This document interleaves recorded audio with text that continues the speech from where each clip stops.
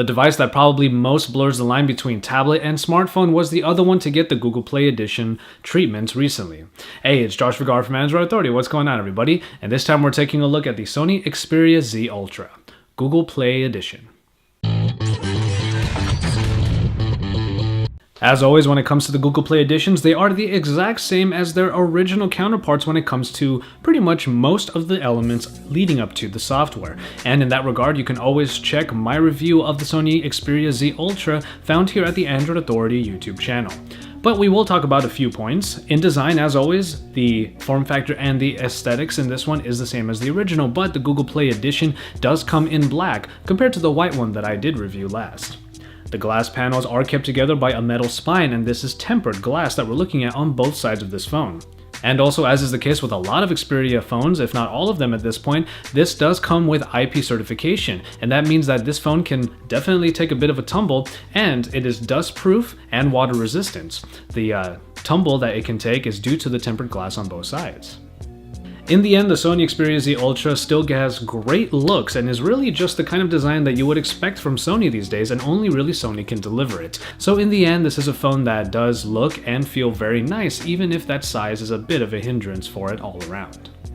6.4 inches in the screen comes in at 1080p resolution and 342 pixels per inch. Now, Sony brought in the Tri-Luminous technology that does make for a very vivid experience and a great experience for all types of media.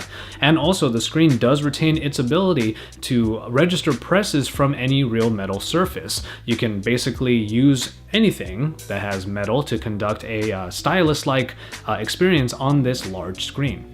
Again, the only real problem here is its size, but it does provide a very fun experience. In the power department, there definitely is no shortage of it in the Xperia Z Ultra, as it comes with the Snapdragon 800 and the Adreno 330. Now, the Xperia Z Ultra was an early adopter of this particular package, and it did it quite a bit of justice.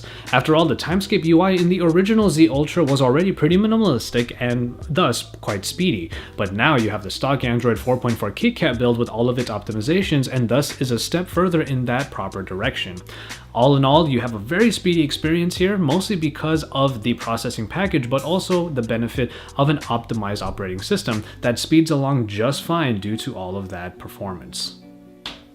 When it comes to the hardware, we already mentioned the dust proofing and also the water resistance given from that IP certification. And also, the two sides are made of tempered glass, which gives it an even more rugged outlook.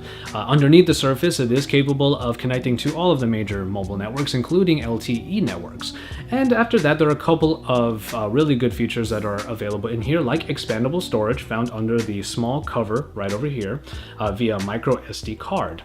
And then the battery is 3050 milliamp hours in its unit, which provides a very decent battery life on a phone as big as this and with this much power.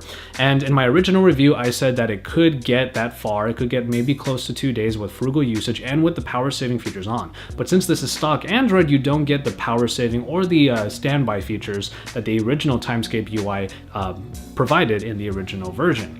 So without those, you might just get a pretty decent battery life on here, maybe not anything that is truly impressive. And then we make it to the camera. Now, since the Z Ultra is about as tablet as a phone can get, the lack of even a flash diode on the shooter should pretty much allude to what quality you can expect from it. The stock Android app does bring a few functions to the table, but is definitely not as robust as the original Timescape UI camera application. There is the lack of the superior auto, which we did enjoy on pretty much all of the Sony Xperia phones that came before it. And as far as quality goes, the shooter does give good 8 megapixel photos given that lighting is nice. The pictures are quite vivid, but obviously they won't yield too many good low light shots because obviously you don't have a flash diode built in. And now finally the software. It's actually really interesting what Android 4.4 KitKat looks like on the Xperia Z Ultra because, well, after I thought about it for a while, I realized that even if you do get the full Android KitKat build on here, the Timescape UI was already pretty minimalistic, so it might have already provided more or less the same experience in the original. Now, of course, the updated Android does mean there's better optimization, and it does have a more elegantly simplistic look compared to the Timescape, but with that in mind, Timescape did more or less provide the same general functionality. You had the home screens, the notification drop-down, even though stock Android has a better power shade, and of course Google Now. So what is it that you lose in the translation here? Well, mainly what you lose are the small apps. triggered by opening the recent apps button on the original Xperia Z Ultra. These are small overlays that did help with some multitasking. And then after that, you do lose also Sony's own takes on the media apps like the album and the very good performing Walkman for your local media content. Ultimately, the experience of the most updated stock Android build is really worth the choice for many. But the fact is that you don't really lose too much, if at all, from the conversion from Timescape to Android 4.4 KitKat. Now, whether or not that's a positive or a negative to you really depends on where your standpoint is. And in that regard, $649 is just about what's going to sway you one way or the other.